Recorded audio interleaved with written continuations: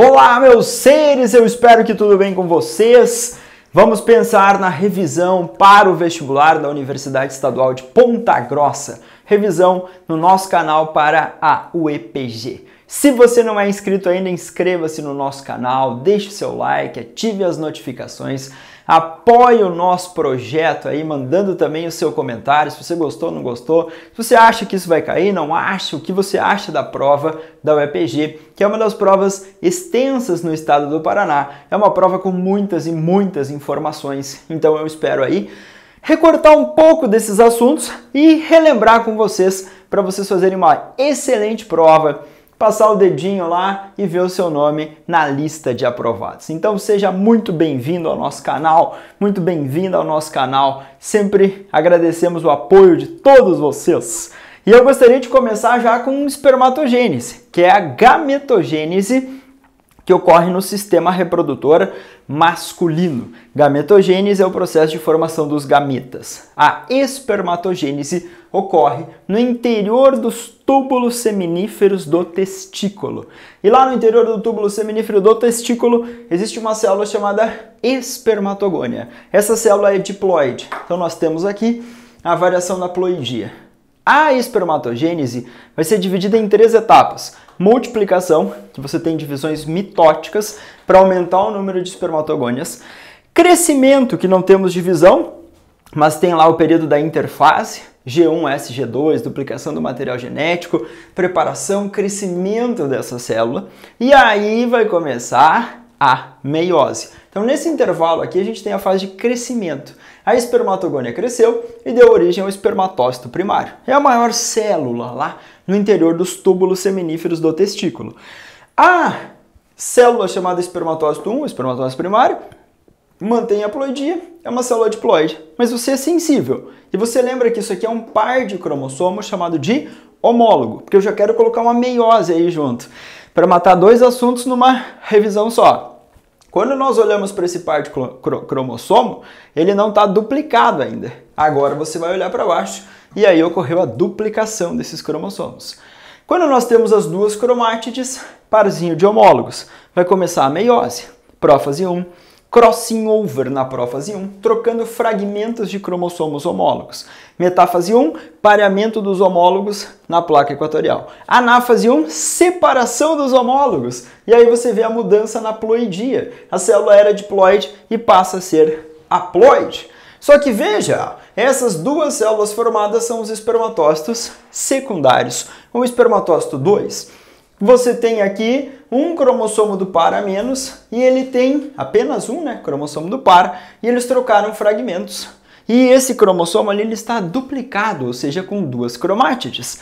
Vai ter prófase 2, metáfase 2, anáfase 2, telófase 2. E ao final da meiose, nós temos 4 células haploides, ou seja, com a metade do número de cromossomos. Então, na nossa espécie, começa com 46 cromossomos na espermatogônia, 46 no espermatócito primário, 23 no espermatócito secundário, 23 na espermátide.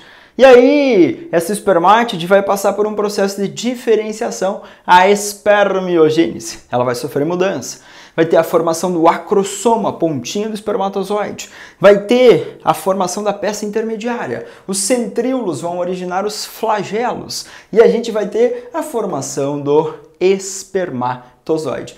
Cada espermátide vai se diferenciando e formando um espermatozoide. Então isso a gente chama de espermatogênese, que ocorre no interior dos túbulos seminíferos do testículo, lá no sistema reprodutor masculino. Para formar um novo indivíduo na nossa espécie, a gente vai precisar do gameta masculino e do gameta feminino. O encontro desses gametas ocorre lá nas tubas uterinas, fenômeno que a gente conhece como fecundação ou fertilização. Vai formar a célula ovo-zigoto e essa célula ovo-zigoto vai começar a sofrer uma sequência de divisões mitóticas. Eu derrubei o pincel, desculpa, hein? Essa mitose, uma célula vai se dividir e formar 2, 2, 4, 4, 8 e assim sequencialmente. Você tem um maciço de células chamada de mórula, que lembra uma amora. Cada célulazinha é chamada de blastômero. As células que estavam ali em uma constante divisão, elas vão agora começar a se diferenciar. E aí você tem a formação de uma blástula. Lá na blástula tinha o embrioblasto. A blástula vai ser uma esfera, uma bolinha, só que oca. Tem uma cavidade chamada de blastocele. Nós temos aqui a diferenciação de células do embrioblasto e o restante de células do trofoblasto. A blástula pode ser chamada também de blastocisto nos mamíferos e ela vai fixar lá no endométrio uterino num fenômeno chamado de nidação. Então, se a gente pensar na espécie humana, a nidação ou implantação é a fixação do blastocisto ou blástula no endométrio. Então, para os mamíferos placentários, isso é comum. Na nossa espécie, primeira e segunda semana de desenvolvimento embrionário, a gente tem essa característica aqui da formação ovo, mórula, blástula. Ou, a partir do ovo, formação da mórula e blástula. Fixou lá. Vai começar a terceira semana de desenvolvimento embrionário na nossa espécie.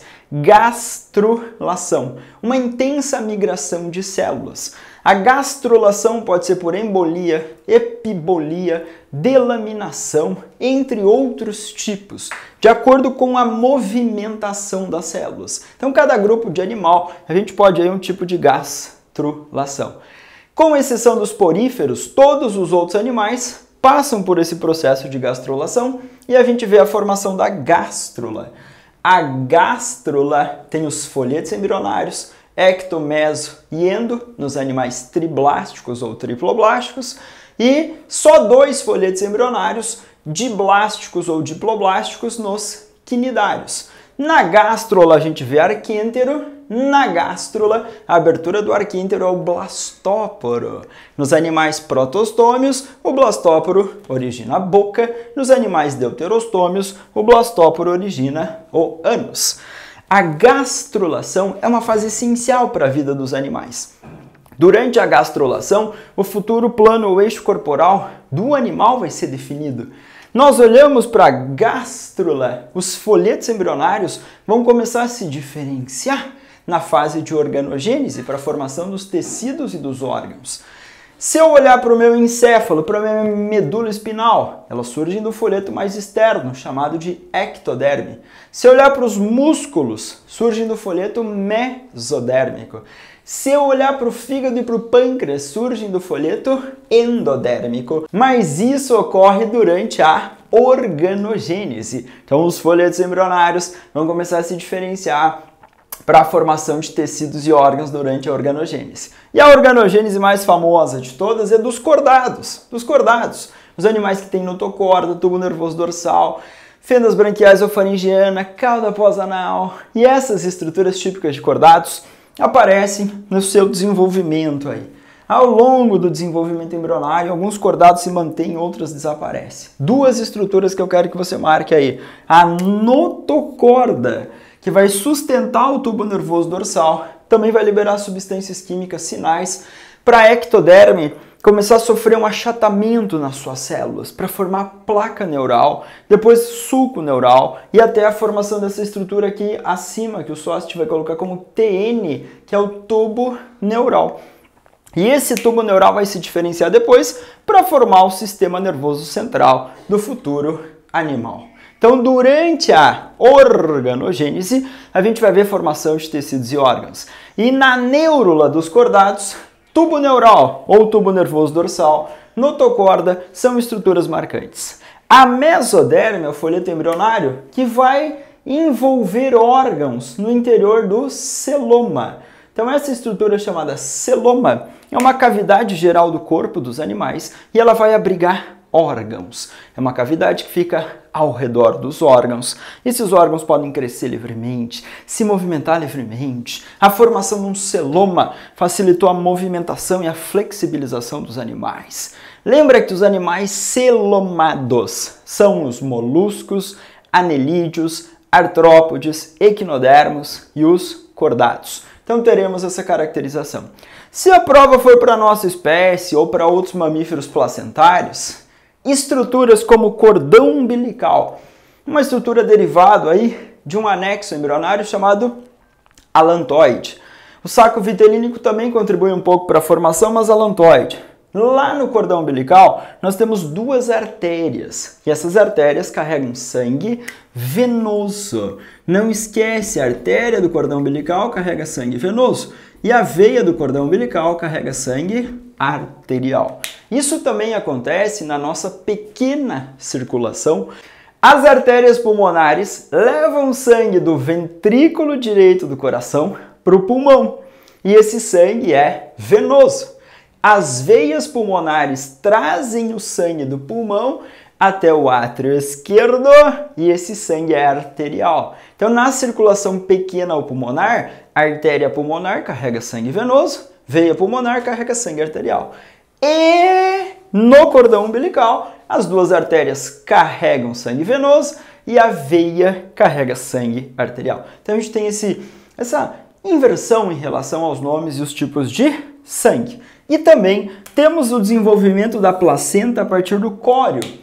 O córeo ou corion é uma estrutura, um anexo embrionário, e nos mamíferos placentários ou eutérios vai formar placenta. A placenta é um emaranhado de vasos sanguíneos, tem uma porção fetal, uma porção materna, e ali os vasos sanguíneos ficam lado a lado. Ocorre difusão de oxigênio, de gás carbônico, de nutrientes, de excretas. Então a placenta vai atuar nas trocas gasosas, na nutrição, nas excretas sendo eliminadas. Também a placenta vai produzir hormônios, como estrogênio e progesterona, que depois vão influenciar na manutenção da gravidez. Então gostaria dessas lembranças pensando nos seres humanos e na parte da embriologia dos animais em gerais. Quando eu pensei na embriologia de uma forma geral, eu já vou fazer um gancho com um filo que eu acho que vai cair, que é filo molusca. A UEPG está nessa pegada de cobrar filos às vezes. Filos.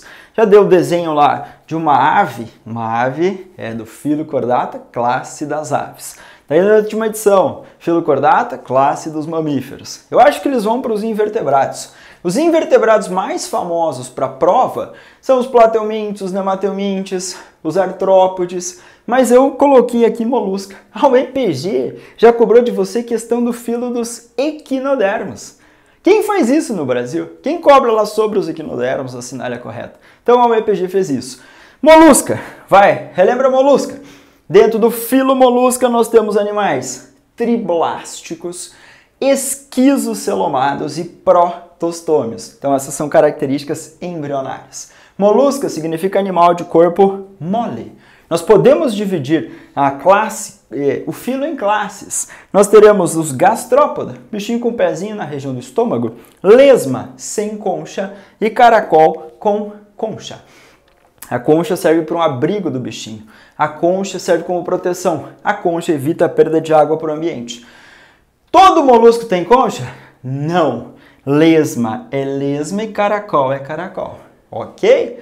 Professor, o bichinho troca de concha para crescer? Não, ele não troca de concha para crescer. Ele vai crescendo continuamente e a concha acompanha esse crescer. Se eu olhar para os bivalvos, ostras, mariscos e mexilhões, clac, clac, clac, clac, tem conchas com duas unidades, que são as valvas, e elas são articuladas. Nesses animais acá, a importância também é, alimentar. Dá para consumir algumas espécies de caracóis, como os escargot, por exemplo, mas aqui os bivalvos bastante consumidos pela nossa espécie. Cefalópoda, animais que têm pés na região da cabeça. Polvo sem concha e as lulas com uma concha interna. Essa concha é produzida, estrutura que sustenta os animais. No filo molusca pode ser uma concha externa, uma exoconcha, ou pode ser interna, endoconcha. De uma maneira geral, quando a gente olha na superfície do corpo do animal, a gente vê um tecido de revestimento que vai ser chamado de manto. E o manto vai secretar, vai lançar para fora componentes da concha. E se uma sujeirinha, algo indesejado ficar entre a concha, faz de conta que essa é a concha. Faz de conta que esse é o manto. Se algo, uma sujeirinha, uma larva parasita, ficar entre a concha e o manto, em algumas espécies de ostras, a gente vai ver uma reação de defesa ali para a produção das pérolas. Então a pérola para o bichinho nada mais é que uma reação de defesa. Quando algo indesejado, uma sujeirinha, um parasita fica entre o manto e a concha. Internamente, os moluscos têm uma região que a gente vai chamar de massa visceral. De uma maneira geral, a gente pode dividir o corpo deles em cabeça, pé e massa visceral. E essa massa visceral tem um conjunto de vários órgãos na região interna desse corpo. Então a gente vai ter essa caracterização. Nome estranho é para o EPG. Rádula é uma língua raspadora dos alimentos. Canta a musiquinha aí e vai ralando com a radula do molusca. É a radula do molusca e vai ralando com a radula do molusca. Ralar, uma língua raspadora. Vai facilitar a trituração dos alimentos. Todos os moluscos têm rádula? Não. Se você olhar para os bivalvos, são animais filtradores. Ostras, mariscos, filtram água. Pode se contaminar com vírus, com bactérias, com toxinas e a gente ingerir esses animais e acabar se contaminando. Molusca pode ter circulação aberta ou fechada. Foco na circulação fechada, porque a circulação fechada é comum nos cefalópodes.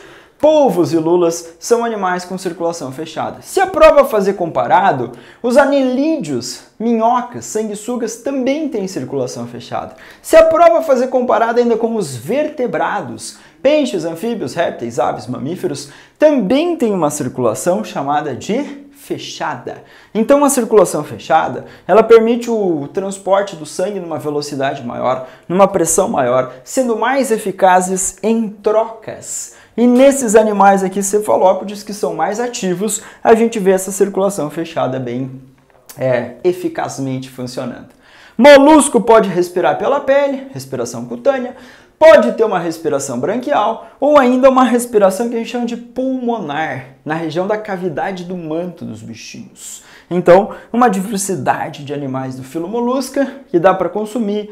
Alguns podem ser pragas, tipo as espécies de acatina fúlica, popularmente conhecido como caramujo africano, que foi introduzido no Brasil, sendo uma espécie exótica que promove desequilíbrios ambientais dentro da ecologia. Espécies exóticas podem se tornar invasoras, podendo se tornar pragas, porque quando compete com essas espécies nativas, eles não têm parasitas naturais, predadores naturais e acabam virando pragas nesses ambientes. Então, essa lembrança que eu gostaria de um filo específico, chutei no filo Molusca, analisando que faz um tempo que não aparece na UEPG.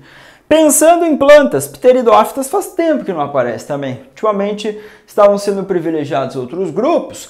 Eu arrisquei nas pteridófitas a lembrança de serem traqueófitas ou vasculares, assim como gimnospermas e angiospermas. Então cuidado sempre com a comparação. Eu coloquei o grupo aqui, mas vou fazer a comparação com você, porque eu sei que você está ligado aí no que está acontecendo, está ligado no que está acontecendo em relação aos seus estudos. Coloquei nome estranho. Traqueófita com vaso condutor de seiva, com xilema e com floema. Então esses são os vasos condutores para seiva. Criptógama. Cripto é oculto, gamia, união. Não tem uma estrutura de reprodução visível e aí vai depender de água para fecundação. Então elas vivem em lugares úmidos, em lugares sombreados. Ah, mas elas saíram para o ambiente terrestre, Sóste. Sim, as briófitas também. E as briófitas também dependem de água para fecundação, porque o anterozoide vai nadar para fecundar a oosfera. O anterozoide é o nome dado ao gameta masculino e a oosfera o nome dado ao gameta feminino. Mas lembra de botânica com aquela nítida metagênese ou alternância de gerações. Nas plantas, o esporófito é a fase diploide, e nas pteridófitas, nas gímenos e nas angios, o esporófito é a fase dominante em relação ao gametófito. O gametófito é uma fase haploide ou N de navio, e o esporófito é diploide ou 2N. E aí você lembra? O esporófito é 2N, vai ocorrer uma divisão aqui chamada de meiose, vai produzir o esporo que é haploide. Esse esporo vai germinar, vai sofrer divisões mitóticas e vai formar o gametófito, que é a fase haploide. O gametófito, através de uma divisão mitótica, porque mantém a haploidia, vai produzir os gametas. Então ele é gametófito porque ele produz gametas. Ele é esporófito porque ele produz esporos. O anterozoide nada até a oosfera, fecunda a oosfera, forma a célula ovo-zigoto e vai dar origem a um novo esporófito. Então você está olhando para a samambaia. Você pode ver raiz na samambaia, caule na samambaia e a folha é chamada de composta. O limbo é dividido em folíolos, aquelas pequenas folhinhas. Se você virar alguns folíolos, tem os soros atrás. Os soros são acúmulos de esporângios que vão aparecer em determinada época, vai sofrer meiose, vai liberar o esporo e iniciar tudo novamente. Se nós olharmos para os tecidos dos vegetais, os vegetais e os animais são caracterizados pela presença de tecidos corporais. Se nós olharmos para o tecido das plantas, epiderme e suber são tecidos de revestimento. Não esquece, a epiderme revestindo regiões jovens e o suber regiões velhas. Lá na epiderme a gente pode encontrar os estômatos, pequenas estruturas que parecem boquinhas, tanto que estoma é boca, para garantir troca gasosa, tipo absorver o gás carbônico. Aí a gente vê a perda de água na forma de vapor na transpiração. No suber tem pequenas rachaduras chamadas de lenticelas que fazem trocas gasosas. Epiderme é vivo, suber é um tecido morto. Xilema e floema. Xilema conduz a seiva bruta, formada por água e sais minerais, da raiz para o caule e para a folha. O xilema é formado por vasos lignificados. E esses vasos, além da condução da seiva bruta, também sustentam o corpo do bichinho. Mas o xilema em si é um tecido de condução. O floema é um tecido que conduz a seiva elaborada ou orgânica, formada por água e sacarose, glicose, água e compostos orgânicos. Que nós olhamos para esses dois tecidos de condução. E o colênquima e o esclerênquima? O colênquima e o esclerênquima são tecidos de sustentação. O colênquima, no cantinho das células, tem reforço de celulose. No esclerênquima, nós temos muita lignina. O xilema é morto, o floema é um tecido vivo, o colênquima é um tecido vivo e mais flexível, o esclerênquima é um tecido duro, mais rígido. Dá para extrair as fibras do esclerênquima, produzir tecidos como o linho. Dá para pegar casca de sombreiros de espécies de árvores, tirar o suber e fazer rolhas para tampar vinhos e espumantes. Então a gente vai ter esses tecidos vegetais com uma certa utilização. E a questão de fungos? Questão 18 do conhecimento geral, pode ser 18. Estou vendo a prova do IPG, questão 18, fungos. Os fungos são seres uni ou pluricelulares. Então não esquece, uni ou pluricelulares. Os fungos são seres eucariotos, ou seja, apresentam núcleo. Os fungos são seres heterótrofos. Geralmente eles são heterótrofos por absorção. Eles liberam as enzimas digestivas no ambiente. Começa uma digestão lá extracorpórea e as hifas são as células filamentosas e elas começam a absorver os nutrientes. O conjunto de hifas forma um micélio nos fungos. Os fungos têm uma parede celular com quitina. Eu falei quitina. Nas plantas você tem parede celular celulósica, nos fungos com quitina. Nos fungos você tem glicogênio como um polissacarídeo de reserva, assim como no mundo dos animais. Você vai lembrar, pô, sócio, a prova falou que fungo tinha algumas características de animais. Glicogênio como reserva, é heterotrófico. Ah, mas falou que tinha característica parecida com planta. Tem parede celular, só que a composição é diferente. Aqui a parede é de quitina, um polissacarídeo estrutural. E a UEPG às vezes cita nomes científicos para nossa alegria, tipo Saccharomyces cerevisiae. É o famoso fermento biológico. As famosas leveduras fazem fermentação alcoólica na ausência de oxigênio. Na verdade, esses seres vivos acá, eles podem viver na presença de oxigênio. Eles têm mitocôndrias, farão respiração aeróbica. Porém, na ausência do oxigênio, o Saccharomyces cerevisiae faz uma fermentação chamada alcoólica. Aquela que libera gás carbônico, aquela que produz álcool. Então, fermentação na ausência de oxigênio. Penicillium notatum é uma espécie para a produção da penicilina, aquela relação ecológica que o funguinho crescia, liberava substâncias e inibia o crescimento de bactérias. Agaricus, um gênero muito comum de fungos que são comestíveis para nós. Champion, também um grupo aí muito comum de fungos que são comestíveis. Geralmente esses fungos que têm os cogumelos, esse cogumelo é o corpo de frutificação. É a estrutura que vai depois liberar esporos para a reprodução dos fungos. Fungo pode ter reprodução assexuada? Pode ter reprodução sexuada. É uma loucura essa vida de fungo. Dentro da ecologia, os fungos, assim como as bactérias, eles são decompositores. Liberam as enzimas no ambiente, vão degradando detritos e permitem essa reciclagem da matéria. Como eu estou pensando já no funguinho no ambiente, eu vou pensar agora no começo do fluxo de energia dentro da ecologia. Coloquei produtividade primária bruta. Você vai lembrar, produtividade primária bruta da taxa de fotossíntese, taxa Tx de fotossíntese, que os vegetais, que o fitoplâncton pode fazer ou realizar no ambiente. Então isso vai ser produtividade primária chamada de bruta, taxa de fotossíntese. Está produzindo cloroplasto lá, fase clara da fotossíntese, dependente de luz, ocorre nos tilacoides, escura no estroma, não depende de luz. E aí, taxa de fotossíntese é a produtividade primária bruta, o que foi produzido. Agora, quem produz é um ser autótrofo ou autotrófico, é um produtor. O produtor consome parte do que ele produziu na respiração celular aeróbica.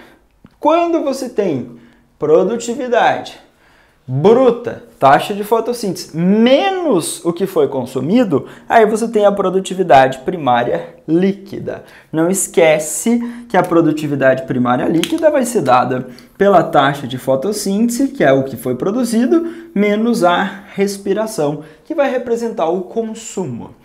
As cadeias alimentares, geralmente elas são organizadas com produtores, consumidores e decompositores. A energia diminui ao longo dos níveis tróficos e a energia não é reciclada, não é reutilizada.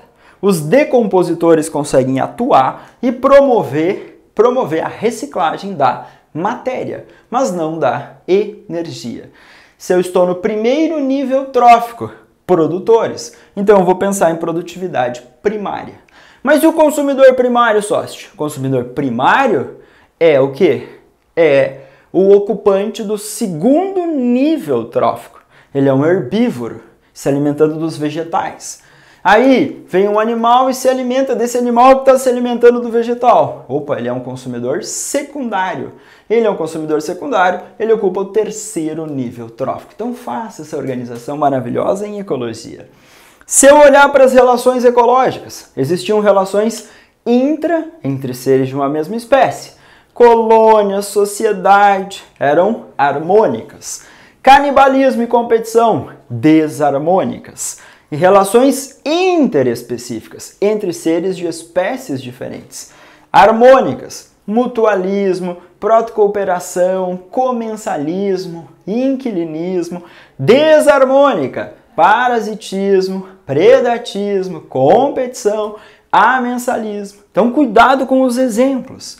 As algas e os fungos. As algas ou cianobactérias também podem atuar, que são seres procariotos, essas algas aqui eucarióticas. Elas podem se associar com fungos, formar os líquens. Essa associação é uma associação mutualística. Se eu olhar para fungos e raízes, formam micorrizas. Micorriza, fungo e raiz de planta para facilitar a absorção de água, sais, de fósforo do ambiente. Então é uma relação mutualística, uma relação de benefício para ambas. Se eu olhar para piolho e seres humanos, os piolinhos são parasitas, picam e sugam sangue, e aí os humanos são prejudicados, então isso é um exemplo clássico de parasitismo. Você pode ter ectoparasitas, parasitas externos, como o piolho, endoparasitas, parasitas internos, como vermes, parasitas intracelulares, como vírus. Então, é uma relação ecológica muito importante. Esses seres vivem no ambiente e eles mantêm relações entre si. Quando eu penso nos seres vivos, eu penso nos fatores bióticos de um ecossistema. Um ecossistema é dado pela interação dos fatores bióticos e abióticos. Então a luz, a temperatura, o pH, a salinidade são fatores abióticos do ambiente que vão interferir na sobrevivência dos seres vivos. Quando eu penso nos fatores bióticos e abióticos que interferem na sobrevivência de uma espécie, eu tenho um nicho ecológico, que é o modo de vida, aquele papel que a espécie desempenha nesse ambiente. Então eu tenho indivíduos que são produtores, eu tenho indivíduos que são herbívoros, eu tenho indivíduos que são carnívoros. Cada um tem um nicho ecológico, desempenha um papel nesse ambiente. Se as espécies têm nichos semelhantes, elas vão entrar em competição por esses recursos do ambiente. Então eu gostaria dessa lembrança monstruosa em ecologia. Dentro das ideias de evolução, tópicos importantes para o EPG 2024. Seleção natural. Eu não canso de encher a paciência de vocês com seleção natural. Podemos traduzir em duas palavrinhas: sobrevivência e reprodução. Ou a gente pensar numa reprodução diferencial. Olha a pira, olha a pira. Por que uma reprodução diferencial? Porque a ideia é de que nem todos os indivíduos da população lá tem um casal no ambiente natural, um casal de pássaros. Nasceram 5 pássaros. Todos esses 5 chegarão à vida adulta e conseguirão reproduzir? Não. Então alguns sobreviverão até a vida adulta e aí esses vão chegar à vida adulta e vão conseguir reproduzir. Então aqueles que sobrevivem mais tempo têm mais chance de reprodução. Essa era a ideia de Charles Darwin e Alfred Russel Wallace sobre seleção natural. Nós temos também uma ideia de seleção artificial, que o próprio Darwin, quando ele volta da sua viagem ao redor do mundo no navio chamado Beagle, ele olha e começa a pegar algumas espécies de pombos que na Inglaterra a galera cruzava, criava variedades, e ele começa a fazer esses cruzamentos e ver a diversidade e as variedades. Ele vai ler lá a obra de Thomas Malthus sobre o crescimento dos alimentos em progressão aritmética e o crescimento da população em progressão geométrica. Ele vai ficar assustado e vai falar: caraca, vai chegar um momento que tem mais indivíduos e o ambiente não pode suportar todos. Não vai existir condições para a sobrevivência de todos. E aí ele tem a ideia brilhante de pensar em seleção natural. Então eu gostaria desse pensamento com vocês. Direcional. Seleciona um dos fenótipos extremos. Aquela ideia do antibiótico e a bactéria. Algumas existem, outras não. O inseticida e os insetos. Alguns insetos são selecionados naturalmente porque o inseticida eliminou os não resistentes e os outros já eram naturalmente resistentes. A seleção disruptiva ou diversificadora, ela pode levar a uma especiação, porque você está selecionando os dois extremos. Espécies de pássaros, uns que têm um bico fininho para comer lagartas, outros que têm o bico mais grosso, duro e rígido a comer semente. Então essa variedade de pássaro tem a diversidade na população. Uns comendo lagartinha, outros comendo sementinha. Com o passar do tempo, eles se diversificam, viram espécies diferentes a partir de uma população ancestral. Então a gente tem esse pensamento na seleção disruptiva. E na estabilizadora, seleciona o fenótipo intermediário. A frequência do alelo para anemia falciforme em regiões que a malária é endêmica. Então os indivíduos heterozigóticos são selecionados, é vantajoso naquela condição, em regiões onde a malária é endêmica, ser heterozigótico para esse tipo de gene com os seus alelos. Então eu gostaria desse pensamento sobre a ideia de seleção natural. Pode aparecer em gráfico, então aqui vai selecionar um dos extremos, os dois extremos, e aqui na estabilizadora vai selecionar o do meio. Então faça essa observação se aparecer em gráficos. Mutações. As mutações são alterações ao acaso no material genético. Existem fatores mutagênicos, como o excesso de ultravioleta, as radiações, vírus, como o vírus HPV. Ele pode alterar o ciclo celular lá nas células do colo do útero e promover cânceres de colo do útero. Vírus HPV é um papilomavírus causando uma doença viral ou uma virose. Mas ele pode promover alterações, mas as mutações ocorrem ao acaso, não ocorrem para adaptar esses seres ao ambiente. E a mutação cria novos alelos, ela é uma fonte de variabilidade genética. A UEPG faz você pensar muito em algumas parciais. Na dúvida você não marca na dúvida. Mas vamos pensar em variabilidade genética. As mutações criam novos alelos. Ok, a reprodução sexuada. Lá na reprodução sexuada eu vou precisar formar gametas, então vai ter crossing over, vai ter segregação independente. Isso vai ser importante para misturar os alelos, para gerar variabilidade genética na população. Aí, a variabilidade genética na população, a seleção natural atua e reduz a variabilidade genética porque mantém os mais adaptados. Quando nós olhamos para a deriva gênica pode ser conhecida como acaso. E ela pode ocorrer por um efeito chamado gargalo ou um efeito fundador. A deriva chama-se acaso. Mas como assim, Sócio? Tem uma população e essa população está no ambiente e de repente começa um incêndio. Muitos indivíduos daquela espécie de pássaros não conseguiu voar e acabou morrendo. Então você tinha 100 indivíduos, tinha 30 azão, tinha 30 azinho e tinha 40 azão. E de repente morreram uns 40 azão. Você fala, caraca, é seleção natural isso? Eu falo, não, isso é o acaso. Infelizmente eles estavam no lugar errado, na hora errada, no momento errado. E aí isso mudou. Geralmente a deriva ocorre em populações pequenas.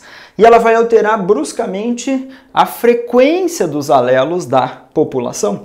Então, quando nós pensamos, por exemplo, em genética de populações, vai que a UEPG cobra teorema de Hardy-Weinberg ou genética de populações. Ela vai pensar na população. Ok, se a frequência dos alelos se mantém constante, ao longo das gerações, a população não está em evolução. Agora, se a frequência muda, a população está evoluindo, porque evolução é sinônimo de mudança.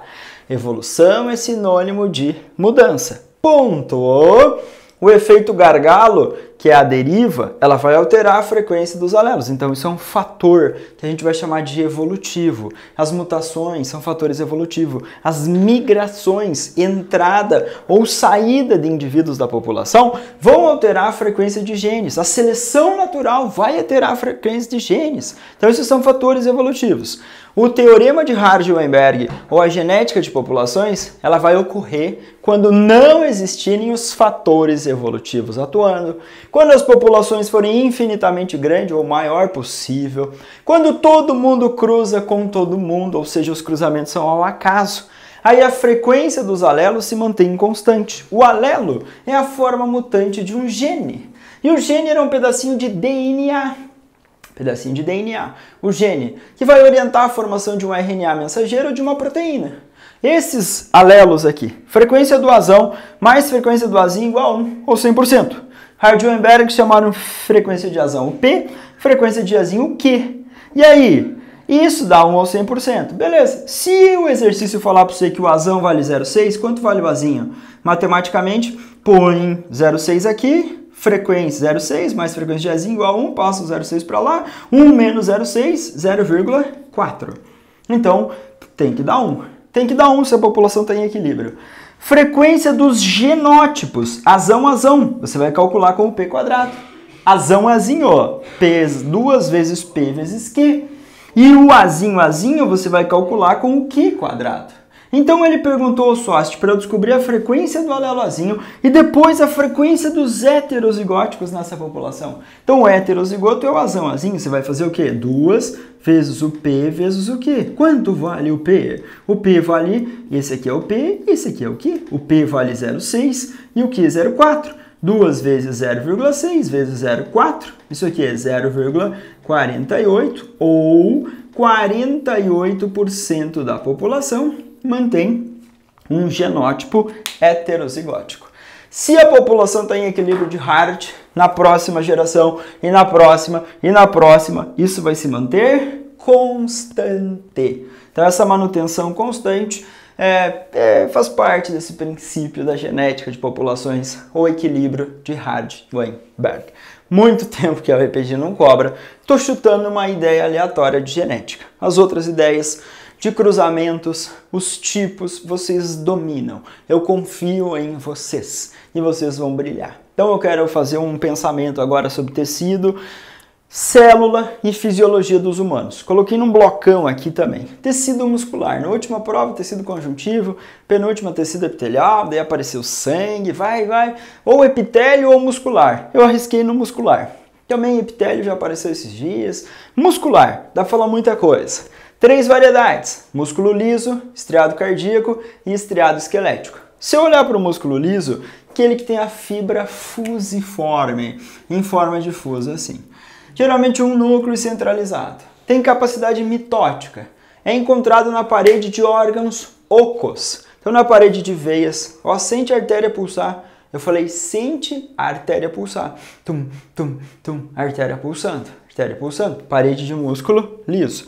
Na parede do esôfago, do intestino, na parede do útero, músculo liso. Uma contração involuntária, não depende da nossa consciência. Estriado cardíaco vai existir no nosso miocárdio que compõe o coração. Lá também você tem um músculo estriado. No músculo esquelético, estriado. Essas estriações são aquelas organizações de miofibrilas. E na miofibrila eu consigo ver inúmeros sarcômeros, que são as unidades contráteis do músculo. E lá no sarcômero você tinha aquele entrelaçar, aquela organização entre a actina e a miosina. Actina, proteína fina, miosina, proteína espessa ou grossa. O músculo estriado esquelético tem um controle voluntário, que depende da nossa consciência, depende do meu comando. Enquanto o bíceps contrai, o tríceps relaxa. Então os músculos associados ao nosso esqueleto, geralmente eles trabalham nesse antagonismo, ou seja, nessas ações contrárias. Enquanto o bíceps contrai, tríceps relaxa e assim o nosso esqueleto vai funcionar aí como um arcabouço, uma estrutura de sustentação. Os músculos estriados esqueléticos estão diretamente ou indiretamente aí com alguma ligação nessas unidades. O diafragma não tem uma ligação direta, mas também é um músculo estriado esquelético, o diafragma, que separa para cima o tórax, para baixo o abdômen. Pro músculo estriado esquelético, a gente tem aqui um neurônio, chamado de neurônio motor. O neurônio tem os fiozinhos aqui chamados de dendritos, depois o corpo celular, e aí esse eixo longo que é o axônio. O impulso nervoso salta nos nodos de Hanver, ou estrangulamentos nos neurônios mielinizados. Quando o impulso chega aqui no finalzinho, na membrana plasmática vai ter um canalzinho de cálcio, e aí vai entrar esse íon cálcio. Quando entrou íon cálcio ali no finalzinho do neurônio, na porção final ou telodendro, porção final do axônio, entrou o cálcio, as vesículas contendo neurotransmissores se fundem com a membrana e são lançadas na fenda. E aí, esse neurotransmissor é a acetilcolina. A acetilcolina vai ligar-se a receptores na membrana. E esse receptor da membrana vai abrir um canalzinho de sódio, vai ter um influxo ou entrada de sódio e vai ter uma despolarização da fibra muscular. Essa despolarização vai ser encaminhada ao retículo endoplasmático liso ou retículo sarcoplasmático. Retículo endoplasmático liso ou sarcoplasmático, o nome dele nas células musculares, bem desenvolvido, com uma grande quantidade de cálcio no interior. Esse cálcio é liberado para o citosol. Tem um cálcio no citosol, ou seja, no citoplasma da célula muscular. E aí esse cálcio vai se ligar a uma substância chamada troponina, vai expor um sítio de ligação para a actina e a miosina e vai ocorrer a contração muscular. Então a actina era a proteína fina e a miosina a proteína espessa dos sarcômeros. Nos músculos estriados, temos essa organização dos sarcômeros nas miofibrilas. No músculo liso tem a actina e a miosina, mas ele não está organizado nas unidades chamadas de sarcômeros. Então teremos esse pensamento. Energia direta para a contração e para o relaxamento muscular, ATP. Lá no músculo tem a creatina, que forma fosfocreatina, que também vai liberar energia depois para esse funcionamento. Dentro da célula muscular, glicogênio. Geralmente no músculo estriado, muitas mitocôndrias para essa geração de ATP. Se chegar ao oxigênio suficiente, faremos respiração celular aeróbica. Muitas mitocôndrias acá. Lá na mitocôndria vai ocorrer o ciclo de Krebs e a fosforilação oxidativa. Lembrando que a respiração aeróbica tem 3 etapas. Glicólise, que ocorre no citosol, ciclo de Krebs na matriz mitocondrial e a fosforilação oxidativa na membrana interna da mitocôndria. Então teríamos esse acompanhamento. A membrana plasmática tem uma bicamada de fosfolipídios entre os fosfolipídios proteínas com muitas funções biológicas. Então faça essa junção do blocão fisiologia, histologia e célula. Também eu pensei no sistema digestório, trajeto do alimento, boca, faringe, esôfago, estômago, intestino delgado, intestino grosso. Digestão do amido, tipo pão, batata, alimentos ricos em amido, um polissacarídeo de reserva de algas, de vegetais. Começa a digestão química do amido na cavidade oral ou boca, vai terminar no intestino delgado. Ah, comi um bife, um ovo, ricos em proteínas. Começa a digestão química no estômago. Lá no estômago tem o pepsinogênio, a forma inativa da pepsina. Na presença do ácido clorídrico, o pepsinogênio vai ser convertido em pepsina e aí a forma ativa começa a digestão de proteínas. Lembra do suco pancreático? Suco pancreático tem bicarbonato de sódio, tem tripsinogênio, quimiotripsinogênio, tem amilase, ou amilase pancreática ou amilopsina, tem lipase, produzido no pâncreas, lançado no intestino delgado, lá na região do duodeno, e uma grande continuação da digestão. O fígado produz a bile, liberada no duodeno, no intestino delgado, para emulsificar os lipídios. Além disso, o fígado é o principal produtor de ureia. O fígado armazena glicogênio. O fígado tem as células chamadas de hepatócitos, que também tem muito retículo liso para promover uma desintoxicação do nosso organismo, degradar o álcool, por exemplo. Então a gente tem inúmeras funções. Lá no intestino delgado, duodeno, jejum, ilho, o suco entérico é um suco produzido aí no intestino, tem uma enzima famosa chamada lactase para a digestão da lactose. E essa enzima faz parte do suco entérico, lá no intestino delgado, sua função ou finalidade. Nutrientes absorvidos ou vão para o sistema linfático, como a maioria dos lipídios, e outras vão direto para a corrente sanguínea. O sistema linfático tem os vasos linfáticos que transportam lipídios e depois ele vai desembocar lá nos vasos sanguíneos. E o sistema circulatório permite essa distribuição. Tem o fluxo de linfa, tem o fluxo de sangue. O sangue chega no coração através de veias. Então, veia cava, chegando no átrio direito. Sangue indo para o ventrículo direito, saindo pelas artérias pulmonares. Lá no pulmão ocorrendo a hematose. Na artéria pulmonar tem sangue venoso. Pulmão, troca gasosa. Veias pulmonares, sangue arterial. Chega no átrio esquerdo. Átrio esquerdo, ventrículo esquerdo, sai pela aorta e vai para todo o nosso corpo. Nosso coração tem 4 cavidades, 4 câmaras. As superiores os átrios e as inferiores os ventrículos. Os átrios sempre recebem o sangue e esse sangue chega por veias. Os ventrículos enviam o sangue e sempre enviam através de artérias. O coração faz sístole, contração dos átrios, diástole dos ventrículos. Na sístole contrai, esvazia, na diástole relaxa e enche. Quando o átrio faz sístole, ventrículo faz diástole. Ventrículo faz sístole, átrio, diástole, sístole, diástole, para garantir um fluxo de sangue ao longo do nosso organismo. Então, esse pensamento aí, para nós é importante em relação a distribuir os nutrientes, para nós é importante em relação a distribuir os gases. retirar as excretas, transportar hormônios no nosso sangue. Sem contar que se tiver muito temperatura ambiental elevada, os nossos vasos sanguíneos geralmente ficam mais superficiais, com um diâmetro maior. Temperatura ambiental muito baixa, os vasos sanguíneos ficam mais profundos. Esse sangue retém mais interno e a gente consegue manter basicamente essa temperatura corporal. Tanto o sistema circulatório quanto os outros podem sofrer com inúmeras doenças. Doenças que nós podemos chamar de metabólicas, tipo assim, eu posso desenvolver doenças crônicas, que eu vou carregar com a minha vida inteira, tipo pressão alta ou hipertensão, diabetes mellitus tipo 1, tipo 2. Geralmente na pressão alta ou hipertensão a gente tem aqueles probleminhas, lembram? Geralmente o ventrículo faz sístole e ejeta sangue nas artérias. E as artérias, elas têm uma parede elástica. E às vezes ela pode ficar muito contraída, o coração tem que fazer muita força, pode romper um vaso sanguíneo e ter um acidente vascular. E, dependendo do órgão que acontecer isso, a gente pode ter, infelizmente, complicações severas.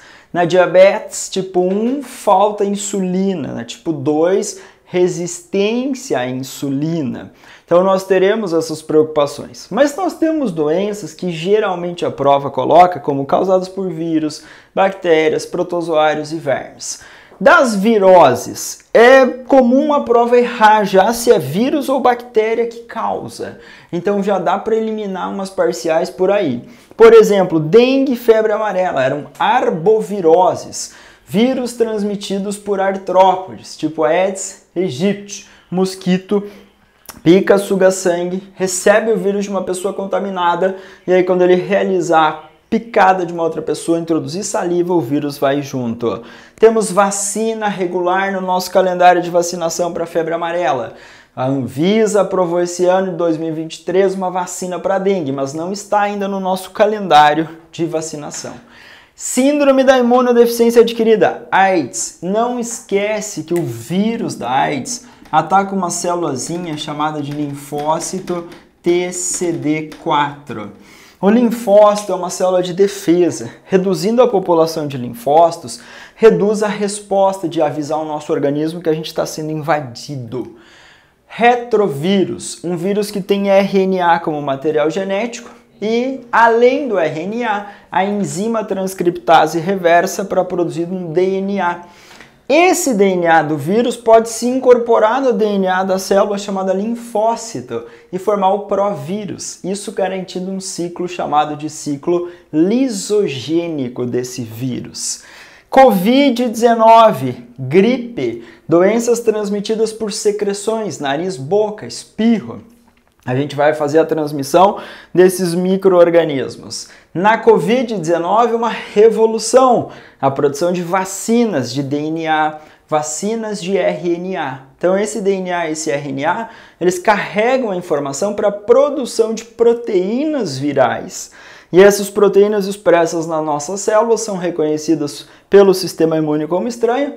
Os linfócitos B se diferenciam em plasmócitos e produzem anticorpos específicos e depois os linfócitos se diferenciam em células de memória. Então eu recebi a vacina, quando alguém espirrar, tossir, eu recebi o vírus de verdade, eu vou estar ali imunizado. Ou eu vou ter anticorpos, células de memória e a infecção, a inflamação, a doença não vai ser tão agressiva mesmo que ela se manifeste. As vacinas são exemplo de uma imunização artificial ativa.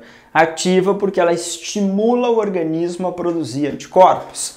Se eu olhar para o sarampo e para a poliomielite, também são doenças virais. Temos vacina para a prevenção dessas doenças. Na poliomielite, a paralisia infantil, a gente pode pegar também por gotícula ou secreções de saliva ou fecal oral. O vírus fazer ciclo, defecar e eliminar o vírus, contaminar água e alimentos e as pessoas ingerirem. Raiva. Vamos vacinar os nossos cães. Então o cãozinho pode morder e fazer a transmissão. Morcegos estão sendo monitorados porque eles podem carregar esse vírus. É muito improvável um ataque do morcego, é mais provável um ataque de animais domésticos nos ambientes urbanos. Mas os morcegos são animaizinhos endotérmicos, são mamíferos da ordem Chiroptera. São mamíferos voadores. Eles se dispersam facilmente. Às vezes ele não precisa nem picar a gente para transmitir um vírus. No caso da raiva, pela saliva e secreções desse animal. Mas alguns outros, como a própria origem da Covid, Ebola vírus, morcegos que comeram frutos, saliva, secreção, fezes, contaminaram o ambiente, humanos manipularam esse ambiente e o vírus saltou para nós. Então a gente tem essa preocupação também em relação à raiva. Cuidado que elas são viroses. É muito difícil ele colocar nome de vírus, colocar nome científico de vírus ou referência. Agora, nome científico de bactérias, isso já é uma realidade na prova da UEPG. Clostridium tetani, Mycobacterium tuberculosis, Leptospira interrogans, Rickettsia rickettsii, sócio, eu te odeio, Clostridium botulinum, Treponema pallidum, Neisseria ou Neisseria gonorrhoeae. Então nós temos nomes científicos. Cuidado com a nomenclatura científica e às vezes ele coloca que é um vírus ao invés de uma bactéria. Então lembra o nome da doença. O tétano, vacinação para prevenção. Mas geralmente tem esporos, forma de resistência no solo, em lugares, cortes profundos e a gente se contamina. Tuberculose, temos a marquinha da vacina também. E nessa doença, tosse, liberação da bactéria nessas secreções. Pessoas muitas vezes que têm o sistema imune já diminuído por tratamento de doenças como cânceres ou por causa de HIV/AIDS e muitas vezes manifestam a tuberculose, ou acaba sendo mais comum. Eu não coloquei aqui, mas a hanseníase também é uma bacteriose, uma doença causada por bactérias. O Mycobacterium leprae, causando hanseníase, causa lesões, manchinhas na pele, perda de sensibilidade. Febre maculosa ficou muito famosa por causa de surtos no estado de São Paulo. Temos a Rickettsia rickettsii, é uma mini bactéria.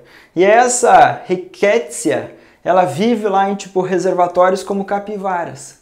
A capivara não transmite diretamente para você e eu, mas o carrapato estrela. O carrapato é um aracnídeo. Os aracnídeos, como o carrapato, eles mantêm aí um hábito de picar, sugar sangue. Vai dar lá uma mordidinha na capivara, vai sugar o sangue.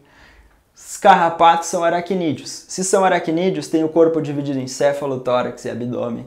Não tem antenas, tem 8 perninhas, respiram por filotraqueias ou pulmões foliáceos. São quelicerados, o aparelho bucal tem uma quelícera.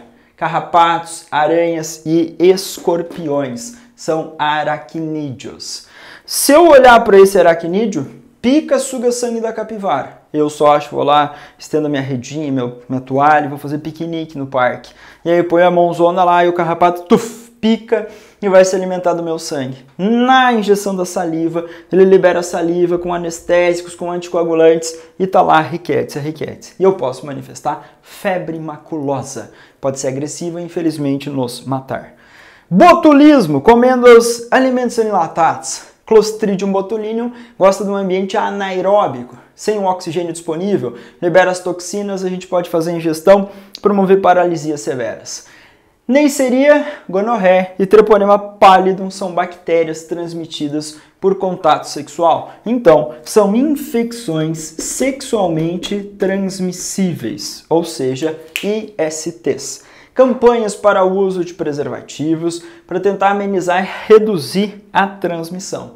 Nós podemos ter aí sífilis congênita, então passada via placentária, sendo preocupante. A manifestação da sífilis no estágio primário, secundário e terciário, quando se manifesta em órgãos internos, sendo muito agressiva. No estágio secundário, manchas pela pele. No estágio primário, lesões nos sistemas reprodutores, na porção externa. Então a gente tem aí marcadamente doenças causadas por vírus e bactérias.